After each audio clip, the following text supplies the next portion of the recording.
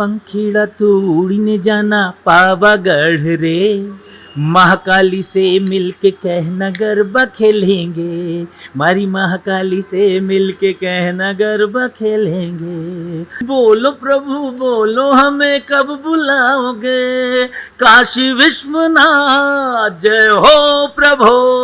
मामा पान के पतरी करीला पान के दोनाओ, झुपत आवे दाई मोरे। पंखीड़ा ओ पंखीड़ा गाना तो आप सबने सुना होगा, कहीं ना कहीं ये हर किसी की जुबान में कभी ना कभी आ ही जाता है। लेकिन आज हम उनके सुनने वाले हैं जिन्होंने ये गाना गाया है। हमारे साथ मौजूद है मुंबई के जाने माने सिंगर राजेश मिश्रा जी। सबसे पहले बहुत बहुत स्वागत है आपका लाइव खबर। धन्यवाद। शुरुआत करते हुए आपके बारे में जानते हैं थोड़ा। मुंबई के आप फेमस सिंगर हैं, लेकिन आप प्रॉपर रहने वाले शायद इंदौर के हैं। बचपन आपका कहाँ बीता, कैसे शुरुआत हुई आपकी, सिंगर कैसे बने आप? मेरा जन्म माँ अहिल्या की नगरी इंदौर में हुआ है, जिसमें एक तरफ महाकाल राजा हैं, दूसरी तरफ ओंकारेश्वर है, बीच में अहिल्या नगरी इंदौर है। तो हमारे घर में रामचरितमानस का सुंदरकांड का माहौल था। मेरे पिताजी सेल्टिक्स में अधिकारी थे और वो मतलब रामचरितमानस में सुंदरकांड हमेशा गाते थे। तो मेरी गायकी की शुरुआत सुंदरकांड और रामायण की चौपाइयों से हुई। फिर भजन गाते गाते फिर हमारे लोकल में राम नाम के हीरे मोती, महाकाल की महिमा, भोला भांग तुम्हारी, ये इंदौर और उसके आसपास हिट हुए। फिर वो पंखीड़ा का हमको ऑफ़र आया किसी कंपनी से, बम्बई से, और फिर हमने पंखीड़ा गाया। और उसी समय मेरी आध्यात्मिक दीक्षा हुई थी। जिनसे मेरी दीक्षा हुई मेरे गुरु ब्रह्मलीन स्वामी ब्रह्मानंद जी सरस्वती, जिनका जमशेदपुर कालीबाड़ी में आश्रम है, कालीबाड़ी आश्रम और ब्रह्मलोक धाम।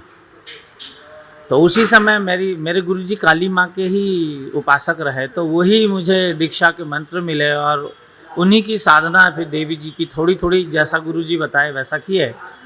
और जब ये गाए एकदम अचानक ही, और मतलब भगवान की ऐसी कृपा हुई कि मतलब पंखीड़ा जो है वो सबको अच्छा लगा और आज तक अच्छा लगता है। मैंने इसको 94 में गाया था, 93-4 में। आज तक सही बोल रहे हैं आप, आज तक कहीं भी कुछ नवरात्रि हो, कोई भी त्यौहार हो, ये गाना ज़रूर चलता है। हाँ हाँ जी। मैंने एक स्टोरी सुनी आपके बारे में। जब आप पहले स्टार्टिंग, जब आपकी शुरुआत हुई थी, काफ़ी कम उम्र के थे आप, 8 साल के थे। फिर आपके पापा ने आपको मारा था, उसके बाद से आप गाना गाना चालू किए थे। वो क्या स्टोरी थी, मैं थोड़ा जानना चाहूँगी। मैं बचपन में थोड़ा शायद शर्मिला था। हाँ। शरारती तो सभी बच्चे होते हैं, लेकिन मैं थोड़ा सा डरता था, जैसे मुझे ऐसा लगता है। क्योंकि जब हम सुंदरकांड गाते थे तो एक मंडली जैसी बैठती थी, जिसमें 15-20 लोग बैठते थे। तो वो सब यंग बड़े आदमी होते थे, जनरली 25 से लेके 50 साल तक के, और मैं अकेला 8-9 साल का रहता था। तो मेरे फादर चाहते थे कि, मतलब हर पिता चाहता है कि मेरा बच्चा जो है वो, हमारे फादर को समझ में आ गया था कि जो, क्योंकि वो फाग वगैरह बहुत अच्छा गाते थे, तो आल्हा गाते थे, तो उनको समझ में आ गया था कि ये अलग है सबसे। तो वो हमारी झिझक तोड़ना चाहते थे। तो वो जब ऐसे सब लोग बैठते, 10 लोग हैं, तो 1 गा रहा, 2 गा रहा, सबका एक एक नंबर आता था। मेरा नंबर आता था, मैं डर जाता था। तो मैं बोलता था अच्छा मैं गाता हूँ, आप गा लो अंकल, आप गा लो। तो मैं दूसरे को बोलता, 2-3 बार हो गया, चौथी बार में फादर को बहुत गुस्सा आया। जैसे ही मैंने टालने की कोशिश की, फिर वहीं उन्होंने खींच के लगा दिया कान के नीचे। तो रोते रोते गाया मैं। तो उस समय हम लोग भजन ऐसे गाते थे कि 2 लाइन का भजन होता था और उसके अंतरे में रामायण की चौपाई, सुंदरकांड की चौपाई गाते थे। तो जैसे कोई भजन होता था, हरि नाम का पी ले प्याला, नर्तन तेरा 2 दिन का, अरे उड़ जाएगा हंसा तेरा, नहीं रे ठिकाना पल भर का, हरि नाम का। फिर उसमें चौपाई गाते थे, जामवंत के बचन सुहाए, रामा रामा राम हरे, सुनी हनुमंत हृदय अति भाए, बोलो सीता राम पड़े। अगली चौपाई जो है सारे लोग मिलके गाते थे, और जो मुख्य उस समय जो गाने वाला रहता था वो उन चौपाइयों को गाता था। तो वो इंदौर के अंदर एक शुरुआत की दौर में जो म्यूज़िक वाला जो चलन था, फिर वो हम लोगों ने उसको जैसे जैसे हम आगे बढ़े तो वो सुंदरकांड को मतलब बहुत एक्सट्रीम लेवल पे ले गए। उस समय आपको ध्यान होगा चीलम भोंगे आते थे, वो चलते थे। फिर हमने जो ऑर्केस्ट्रा होती थी उसमें हमने देखा कि स्पीकर खाली वहाँ यूज़ होते थे, गिटार, कांगो, हम सब इंस्ट्रूमेंट देखे। हमने कि हम सुंदरकांड में इसको बजवाएंगे। तो हम लोग को बहुत जुनून था, तो हम वो हमारे इसमें 3 गिटार बजते थे। स्पेनिश गिटार भी रहता था सुंदरकांड में, बेस गिटार रहता था, 12 स्ट्रिंग गिटार रहता था, स्पेनिश गिटार रहता था, कीबोर्ड रहता था, बांसुरी रहती थी, सैक्सोफोन रहता था, ढोलक रहती थी, ढोल रहता था, तबला रहता था, कांगो रहता था। 10-12 म्यूजिशियन बजाते थे। और वो सुंदरकांड फिर हमारा इंदौर में बहुत प्रसिद्ध हुआ बाद में, और कई सालों तक फिर हमने वो किया। और रात को 9 साढ़े 9 बजे हम उसको शुरू करते थे और सुबह 5 बजे आरती होती थी। और उसको हम जो है अलग अलग 12 धुनों में गाते थे, और हर 5 दोहे के बाद एक भजन गाते थे। तो भजन का भी लोगों को आकर्षण रहता था। और उस समय हमको कंपोजिशन बनाते नहीं आती थी, तो जो फिल्मी टाइप गीत या उस समय कैसेट चलती थी, जो कैसेट में गाना हमको पसंद आता था तो हमारे फादर से उस पर भजन लिखवा लेते थे, तो फिर उसको गाते थे हम लोग। आपको क्या लगता है कि आप पंखेड़ा गाना से फेमस हुए या आप पहले से ही फेमस थे? नहीं, ये तो बात सच है कि पहले जहाँ मैं रहता था इंदौर में, मुझे मिश्रा बंधु के नाम से सब जानते थे।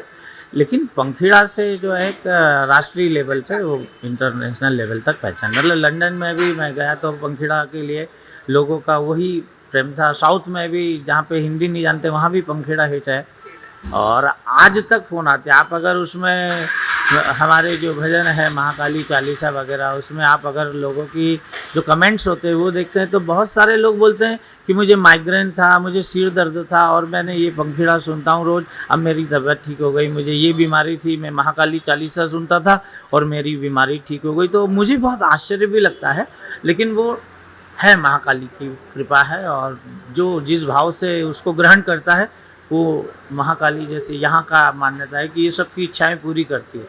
तो मैं भी यहाँ पे अभी कुछ दिन पहले रायपुर आया था, तो ऐसे ही देवी जी से बोल के गया था कि मुझे सब दूर प्रोग्राम करते करते पूरी दुनिया में किया, आपके दरवाजे क्यों नहीं मुझसे प्रोग्राम करवाती हो। तो मतलब पहला स्टेज शो कौन सा रहा है आपका, और पहले स्टेज शो में कितने पैसे कमाए आपने? स्टेज शो तो मुझे याद नहीं है पहला कब का है, लेकिन एक समय हम बच्चे थे तो जब सुंदरकांड और ये सब करते थे तो मोदी टायर करके एक था, मोदी के मतवाले रही एक प्रोग्राम आता था बचपन में, और उन लोगों ने एक प्रोग्राम कराया था। तो हम लोग पैसे नहीं लेते थे, हमारे पिताजी पैसे नहीं लेने देते थे, लेकिन वो बहुत सारे पैसे और वो दे के गए। फिर दूसरा एक हमने प्रोग्राम किया था, तब तो काफ़ी मतलब है 25-30 साल पुरानी, लेकिन तब तक हम स्टेज शो बड़े करने लगे थे। तब हमने इंडोरामा कंपनी थी एक, उनके यहाँ का प्रोग्राम किया था, और वो कार्यक्रम दिन में था। उनका एक मंदिर की प्रतिष्ठा थी इंदौर के पास, पीथमपुर करके जगह है, वहाँ पे हमने सुबह 10:30 बजे से लेके शाम को 5:30 बजे तक नॉन स्टॉप गाया। और वो इसलिए गाना पड़ा कि उन्होंने वहाँ पे भंडारा रखा था, और भंडारे में उन्होंने 10,000 लोगों का खाना बनाया था, और करीब 2.5-3-4 लाख लोग आ गए थे। तो वो आके उनके मैनेजर और सब बोले कि सर आप प्रोग्राम मत बंद करना, नहीं तो हमारी सब मशीनें ये गाँव वाले उखाड़ के ले जाएंगे। तो पहली बार हमने इतना गाया, तब वो बहुत खुश हुए थे जो उसके मालिक थे लोहिया जी। मैं, मेरे ब्रदर, मेरे 2 भाई छोटे रहते मेरे, और मेरे फादर रहते थे उस समय साथ में।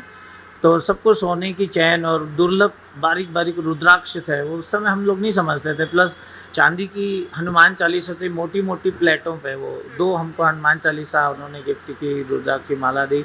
और उस ज़माने में मतलब उतने सारे पैसे हमने एक साथ देखे नहीं थे, उतने पैसे दिए। तब हमको समझ में आया कि हम इसमें अपना जीवन चला सकते हैं। फिर मैंने सोचा कि अब नौकरी करेंगे तो राम जी की, माता रानी की करेंगे। तब फिर मैंने उसी समय सोचा कि अब मैं नौकरी नहीं करूँगा, ये संगीत से ही आगे बढ़ूँगा। मतलब आप संगीत से ही आगे बढ़ते हैं? हाँ, मेरी जो भी है दाल रोटी जो चलाती माता रानी, और भक्ति संगीत से ही चलती है। रायपुर आए हैं आप, हिंदी गाने के अलावा आप छत्तीसगढ़ी गाना भी गाते हैं। एक आज छत्तीसगढ़ी गाना छत्तीसगढ़ वासियों को गा के सुना दें। छत्तीसगढ़ी मैं जब आया पहले, तो एक बार मेरा प्रोग्राम मेरे मित्र ने पहली बार जब रखवाया था, उनके यहाँ पे एक पर्सनल हुआ था। फिर वहाँ पे उस समय आपके सीएम थे रमन सिंह जी, तो वहाँ पे उनके यहाँ से कोई को बहुत पसंद आया, तो उन्होंने बोला हमारे यहाँ पे करवाओ उनका। तो फिर वो मुझे वहाँ पे करवाए। तो वहाँ पे मुझे यहाँ मालूम पड़ा कि छत्तीसगढ़ी के 2 गाने बहुत फेमस है। तो वो आमा पान की पतरी और झूपत झूपत, तो मुझे उस समय वहाँ एक मिनिस्टर थे, उन्होंने मुझे बोला कि अगर आपको छत्तीसगढ़ प्रोग्राम देना है तो एटलीस्ट मिश्रा जी ये 2 गाने तो आप याद कर लो। तो फिर वहाँ से मैंने वो, फिर बाद में मेरा दुकालू यादव जी ने एल्बम भी बनाया 8 भजन का मेरा, तो तोरे दर्शन पाहूँ वो सब मेरे भजन उसमें रहे। तो छत्तीसगढ़ी मैं फिर तब से गाता हूँ। गाने में मुझे ऐसा नहीं है, आप मुझसे किसी भी भाषा में गवा सकते हैं, बस मैं उसका प्रोनाउंसिएशन का सही वो पकड़ लेता हूँ। तो मैं बंगाली में भी गा लेता हूँ, मराठी में भी गा लेता हूँ, पंजाबी में भी गाता हूँ, सिंधी गाने भी गाता हूँ, छत्तीसगढ़ी भी गाता हूँ। मतलब तकलीफ नहीं होती? तकलीफ गाने में नहीं, वो हमको आइडिया रहता है कि आप मुँह कैसा, उसका शब्द का उच्चारण, हाँ टोन। छत्तीसगढ़ी गाना एक शो होगा। आपका तो यहाँ बहुत सारे गाने हिट है, तो मुझे भी बहुत सारे अच्छे लगते हैं गाने। तो आपको अच्छे लगते हो वही गाने? मैं आपको वही सुना देता हूँ। आमा पान के पतरी करीला पान के दोना ओ, झुपत झुपत आवे दाई मोरे अंगना हो, झुपत झुपत आवे दाई मोरे अंगना हो। हे लारी लारी लुगरामा चमके चंदन हो, लारी लारी लुगरामा चमके चंदन हो, लारी लारी लुगरामा चमके चंदन हो, झूपत झूपत आवे दाई मोरे अंगना हो। अब तक लगभग आपने कितने गाने गाए होंगे? आपको कोई अंदाजा है कितने गाने गाए और कितने हिट हुए? मेरे ख्याल से पंखीड़ा के अलावा मेरा कोई भी गाना ऐसा हिट नहीं हुआ कि जो पूरी दुनिया में हिट हो गया हो। और चूँकि मैं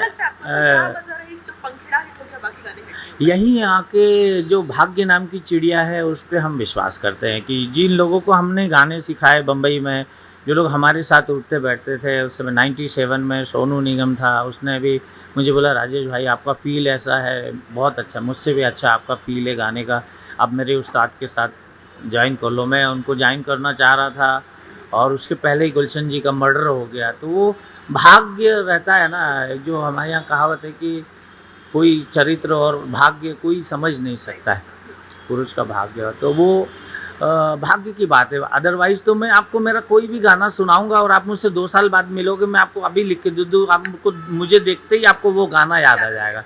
जैसे मेरी शादी के समय एक बच्ची ने मुझसे, मेरी वाइफ छोटी, काफ़ी 12 साल छोटी, उसने मतलब शारदा माता को खून चढ़ा के कि मेरी शादी राजेश मिश्रा से हो जाए ऐसा मांगा और उसी से हुई मेरी शादी। तो फिर उसको मैंने जब पूछा कहाँ जाना क्या है उसको, तो बोली मैं माँ की भक्त हूँ, मुझे माँ। तो मैंने जैसे एक रोमांटिक भजन लिखा देवी जी के दरबार में जाने के लिए। तो अब मैं आपको 2 लाइन सुनाऊंगा, लेकिन आपको हमेशा याद रहेगा, आप कभी नहीं भूलेंगे। ठंडी ठंडी गुफा में चलेंगे, माता रानी, वैष्णो देवी का है ये। ठंडी ठंडी गुफा में चलेंगे, माता रानी का दर्शन करेंगे, ठंडी ठंडी गुफा में चलेंगे, माता रानी का दर्शन करेंगे। अटल सिंहासन जगमग ज्योति, अटल सिंहासन जगमग ज्योति, खाली झोली भरेंगे, खाली झोली भरेंगे, ठंडी ठंडी गुफा में चलेंगे, माता रानी का दर्शन करेंगे। तो ऐसे ही मतलब मैं बोलचाल की जो कोई बातें होती, जैसे मेरी मदर मुझसे एक दिन बोली कि बेटा मुझे काशी एक बार लेके चल। तो मैं बोला वहाँ क्या करोगी? तो कहती गंगा नहाऊंगी। तो मैंने कहा फिर क्या होगा? बोले फिर विश्वनाथ भगवान का दर्शन करूँगी। मैंने कहा फिर क्या होगा? बोले फिर मैं मुक्त हो जाऊँगी। तो मैंने बोला कि फिर मैं कौन होता हूँ, उनको प्रार्थना करो। तो फिर बाद में मम्मी की बात को लेके मैंने गाना लिखा, कंपोज कर दिया। काशी में जाना है, काशी में जाना है, गंगा जी नहाना है, विश्वनाथ दर्शन कर मुक्ति को पाना है, बोलो प्रभु बोलो हमें कब बुलाओगे, बोलो प्रभु बोलो हमें कब बुलाओगे, काशी विश्वनाथ जय हो प्रभु। ऐसे मतलब अगर आपको कोई चीज कोई बोल दे कि मुझे ये हाँ। गाना, उस पे आप बना के गाने लिख हाँ, लेते हैं, मैं- लगभग कितना समय लगता होगा एक गाना लिखने में? ये तो जैसे हम जब लिखते हैं तो उस समय जैसे माँ शारदा का ध्यान करते हैं, गणेश जी का ध्यान करते हैं और कलम को लेके ऐसे देवी जी को बुलाते हैं कि आ जाओ लिखवाओ। हम तो लिख ही नहीं सकते हैं, तो लिखने में गाना 1 घंटे में भी लिखा जाता है, 2 घंटे में भी लिखा जाता है। नहीं लिखना हो तो अटका देंगे कहीं भी, लेकिन जनरली घंटे भर में गाना लिख जाता है। और इसी कंपोजिशन का भी है, कंपोजिशन बनाने बैठे अगर कोई राग में बनाने की शिव रंजनी में बनाना तो फिर उसके स्वर घुमाएंगे पहले। शिव रंजनी का जो पकड़ होती है जो स्वरों की या यमन की, जो किसी भी राग में अगर बनाना है या मिश्र राग में बनाना है कि 2-3 रागों का मिश्रण करना है तो वैसे। लेकिन मेरा गाना जो है वो मास के लिए रहता है, क्लास के लिए नहीं रहता है। मेरा ऐसा मानना है कि आप जो गाओ तो वो एक पान वाले को जो पान लगा रहा है या मूंगफली बेच रहा है या ठेला पे चला रहा है उसको भी समझ में आना चाहिए, और एक IAS अफसर को भी समझ में आना चाहिए कि क्या गाया है। ऐसा मास के लिए होना चाहिए, सबको समझ में आना चाहिए, एकदम क्लिष्ट नहीं रहती, सरल हिंदी। और मैं कोशिश करता हूँ बोलचाल के और लोकल शब्दों को यूज़ करता हूँ। जैसे पंखीड़ा में मैंने, पंखीड़ा शब्द जो है वो गुजरात का है ना।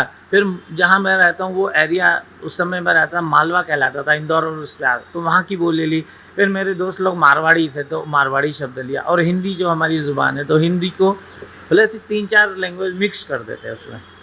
पंखीड़ा आपने गाया, उसके पीछे की कोई कहानी रही होगी, मतलब कैसे आपके दिमाग में आया कि पंखीड़ा गाना चाहिए और फिर आपने गाया? और देखिए हमने जब गाया था तब ऐसा नहीं सोचा। उस ज़माने में जैसे आज तो बहुत सुविधा है, पूरे ट्रैक मिलते हैं, उस समय लाइव रिकॉर्डिंग होती थी। जैसे हम जो लाइव शो दे रहे वैसा, अगर एक भी आदमी गलती करता था तो पूरा गाना फिर से गाना पड़ता था। और ये जो अब अभी जो सॉफ्टवेयर आ गए न्यूएंडो या दूसरे तरीके, वहाँ पे स्पूल होता था। तो मैंने जो ये गाया था एक 1/4 इंच स्पूल पे था, और एक इंदौर में सत प्रकाशन स्टूडियो था, वहाँ पे वो लोग रेडियो फिलीपींस के लिए कार्यक्रम बनाते थे, मिशनरीज़ के थे वो। लेकिन हमने वहाँ पे घुस के वो उन्होंने हमको दिया, और फिर हमने वहाँ पे वो 1/4 इंच स्पूल पे वो गाने हुए। एक दिन 4 गाने गाए, दूसरे दिन 4 गाने गाए, लेकिन वो 4 गाने कैसे गाए वो हम ही जानते, क्योंकि एक भी आदमी गलती करता था फिर वापस से रिकॉर्डिंग होती थी। तो वो मतलब वहाँ भाव हमारा आ जाए तो मंदिर, वहाँ पे काली माँ का वो तस्वीर ला के रखा सामने, उनको दिया जलाया, अगरबत्ती लगाया, और बस उनको देख के बस उनको सुना। क्योंकि उसी समय मेरी थोड़े दिन पहले मेरी 90 में दीक्षा हुई थी, तो मेरा मंत्र जो काली जी का था, तो वहाँ से मेरा जुड़ाव मतलब 2-3 साल में बन गया था। मैं उतने मंत्र जपना पड़ते थे हमको। तो देवी जी ने कृपा करी कि उन्होंने वो सब कुछ लिखवाया, उन्होंने गवाया, और हमको गाते समय आभास नहीं था। और जब वो रिलीज़ हो गया तब हमको पता भी नहीं चला। और एक जगह हम प्रोग्राम करने जा रहे थे तो वो गाना बज रहा था, तो मैं अपनी ही आवाज़ को नहीं पहचान पाया। तो मैं मेरे गिटार वाले को बोला, यार क्या ज़बरदस्त गाया, किसने गाया है? तो कहता है, भैया आप मजाक कर रहे हो, आपने तो गाया था, अपन ने वहाँ आपने जो रिकॉर्ड किया। हमें कहा ये कब रिलीज़ हुआ? बोले ये तो हिट हो गया आपका। तो वे भाग के वापस गया, वो जिसने रिलीज़ किया था कैसेट वाले के पास, उससे लड़ाई करी कि तूने बताया नहीं। जल्दी से उसने मुझे 400 कैसेट के 2 बॉक्स दिए कि नहीं मेरी गलती हो गई, मैं ये इतना हिट हो गया था, ऑर्डर इतने आ रहे थे, मैंने सोचा आपको बताता हूँ, मैं बता नहीं पाया, लेकिन वो कहानी है। पंखीड़ा 2 लाइन गा के हमारे दर्शकों पंखीड़ा बता देता हूँ। पंखीड़ा का बेसिक जो मीन्स है मतलब होता है वो होता है पक्षी। तो एक पक्षी है, सब लोग सोचते कौन सा पक्षी सबसे तेज उड़ता है, आपको क्या लगता है कौन सा पक्षी जो सबसे तेज उड़ता है ना? कोई कहता है, बच्चे लोग बोल देते हैं कबूतर, चिड़िया या बाज को ज़्यादातर लोग बोलते हैं। कोई आध्यात्मिक व्यक्ति रहता है वो कहता है गरुड़ सबसे तेज उड़ता है, क्योंकि भगवान विष्णु का वाहन है। तो फिर मैं कहता हूँ कि इसमें जो हमने गाया है जिस पंखीड़ा को, वो गरुड़ से भी तेज उड़ता है वो पक्षी। वो पक्षी बहुत चंचल है और आपके पहलू में रहता है, और वो आपका चंचल मन है। तो ये मन रूपी पक्षी को वो भगत कह रहा है कि मेरे मन तू मुझे ये माया के उसमें मत फंसाना, मुझे अगर ले जा तो महाकाली के दरबार में, महामाई के दरबार में, महामाया के दरबार में ले जा, जहाँ पे मैं गरबा गरबा एक प्रकार का नृत्य होता है। तो ये जो संसार में हम जो जीवन जीते हैं गृहस्थ आश्रम, ये सबसे बड़ा नृत्य का और नाटक का एक मंच है। हर व्यक्ति नाच रहा है कहीं ना कहीं, है ना, किसी माया के चक्कर में नाच रहा है। तो वो भक्त कह रहा है कि माया के चक्कर में नाचने की बजाय मुझे देवी जी के पास ले जाए, मैं उनके प्रेम में नाचूं, उनके आगे नाचूं, ये इसका भाव है। तो सुनाता हूँ आपको 2 लाइन। पंखीड़ा हो पंखीड़ा पंखीड़ा हो पंखीड़ा पंखीड़ा तू उड़ीने जाना पावागढ़ रे। अब ये पावागढ़ कहाँ है, बहुत सारे लोगों को नहीं मालूम। पावागढ़ गुजरात में है। मुंबई से जाते हैं तो पहले सूरत आता है, फिर बड़ौदा आता है। बड़ौदा में उतर जाओ, Vadodara station, Baroda 2, bank of Baroda का नाम सुना, वही बड़ौदा है। बड़ोदरा उसका अभी नाम है। बड़ोदरा स्टेशन पे उतर जाओ, वहाँ स्टेशन पे बोलो पावागढ़ जाना है, वहाँ से आपको बस मिल जाएगी, प्राइवेट टैक्सी मिल जाएगी। वहाँ पे मंदिर है, जैसे 52 शक्तिपीठ है देवी जी के, वैसे वो एक शक्तिपीठ है पावागढ़। तो वहाँ पे माँ भद्रकाली के रूप में महाकाली बैठी है। पंखीड़ा तू उड़ने जाना पावागढ़ रे, महाकाली से मिलके कहना गरबा खेलेंगे, मारी महाकाली से मिलके कहना गरबा खेलेंगे।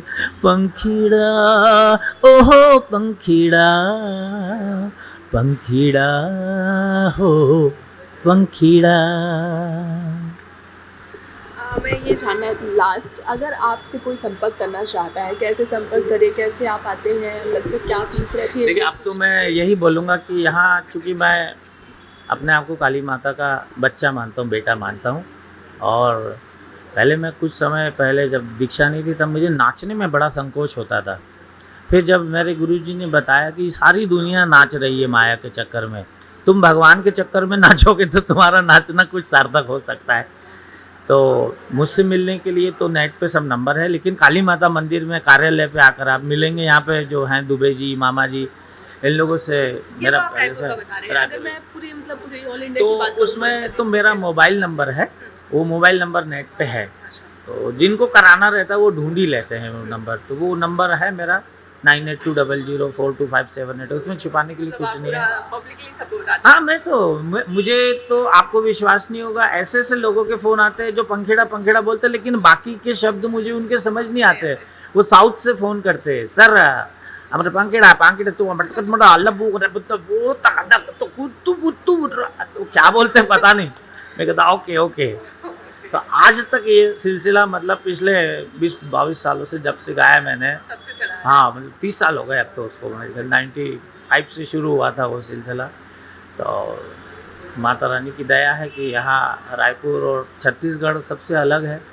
पूरी दुनिया में घूमने के बाद इंडिया के अंदर जो छत्तीसगढ़ एकमात्र ऐसी जगह है जहाँ पे भजन को या जागरण के प्रोग्राम को डिस्टर्ब नहीं किया जाता है। वरना तो ज़्यादातर जगह हम कहीं प्रोग्राम देते हैं, कोई भी आके कभी माइक कम कराने लगता है, कोई आके समय बताने लगता है कि 10 बज गई बंद करो। हमारे महाराष्ट्र में तो 10 बजे बंद ही कर देते हैं। लेकिन ये माता रानी की विशेष कृपा है। और राम जी का चूँकि ये ननिहाल है तो कौशल्या माँ का आशीर्वाद है, राम जी की कृपा है कि यहाँ पे पुलिस कभी परेशान नहीं करती भक्ति संगीत को। बाकी तो ज़्यादातर जगहों पे वो बंद करा देते हैं आके प्रोग्राम। मेरा आखिरी क्वेश्चन, जो यूथ आज की जो युवा है वो इस फील्ड में आना चाहते हैं, कुछ आगे बढ़ना चाहते हैं, सिंगर बनना चाहते हैं, उन्हें क्या संदेश देना चाहिए?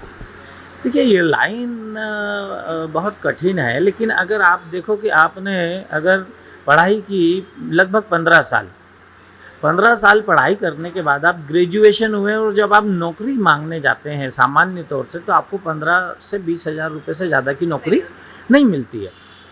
अगर आप 10 साल अगर गाना सीखने में ईमानदारी से रियाज करोगे और सही ढंग से गाओगे, लेकिन आपको पता रहना चाहिए कि मेरे पास ताल की समझ है, सुर की समझ है और सिखाने वाला सही है। आजकल तो गूगल बाबा सबसे बड़े गुरु हो गए हैं। एक से एक यूट्यूब पे शंकर महादेवन जी भी सिखाते हैं, बड़े बड़े उस्ताद लोग क्लास लेते हैं वहाँ पे। तो आपको ये देखना है कि मुझे लाइट गाना है कि क्लासिकल गाना है। तो अगर आप छोटे मोटे भी सिंगर बनते हैं तो भी 15-20 हज़ार रुपये से तो ज़्यादा ही कमा लेते हैं आप। तो जो लोग गाना चाहते हैं उनसे मेरा यही अनुरोध रहता है कि ईमानदारी से रियाज़ करें। रियाज़ जो है वो हारमोनियम के अलावा रियाज़ एक होती है तानपुरे पे, क्योंकि तानपुरे पे सुर तानपुरा मालूम ही नहीं है 90% लोगों को, संगीत के अंदर जो लाइट गाते भजन जो ऐसे सिंपल। तो जो भी मेहनत करेगा संगीत में, जो भी रियाज़ करेगा तो वो राज करेगा। ये बिल्कुल सही है। अभी नए नए बच्चे आप देख रहे हो, ये हंसराज रघुवंशी करके आए हैं, अभी इधर हमारे मुंबई के अंदर अरिजीत सिंह जो आए, इन लोगों ने सही गुरु से सही ढंग से सीखा, तानपुर पे रियाज़ किया और अपनी वॉइस को एक जो जैसे एक रॉ होता है उसको घिस के चमका दिया जाता है। गोल्ड का भी वो अगर गोल्ड भी रहता है रॉ तो वो उसमें चमक वैसी नहीं रहती। हीरा भी रहता है तो उसमें उसको तराशा जाता है, उसमें जब चमक आती पॉलिश होती तो गुरु जो है आपको तराशने का काम करता है और आपका रियाज जो है उसमें पॉलिश का काम करता है। अगर आप पॉलिश्ड हैं रियाज के साथ तो पॉलिश होना बहुत ज़रूरी है। पॉलिश यानी कि जो आप गा रहे हैं वो लोगों को फिल्म की भांति आंखों में दिखना चाहिए, तो फिर आपका गाना लोग कनेक्ट हो जाएंगे उससे और फिर आप अगर चाहें तो अपना कैरियर इसको बना सकते हैं। जी, बातचीत करके आपके साथ बहुत अच्छा लगा। बहुत धन्यवाद आपका इतने कीमती समय देने के लिए। चलिए थैंक यू। आपका चैनल आगे बढ़े मेरी शुभकामना है। जय माता दी। तो हमारे साथ बने हुए थे मुंबई के जाने माने सिंगर राजेश मिश्रा जी, जिनसे हमने खास बातचीत की। आपको हमारी बातचीत कैसी लगी हमें कमेंट करके ज़रूर बताएं और भी ऐसी वीडियोस के लिए लाइफ 24/7 को फॉलो करें।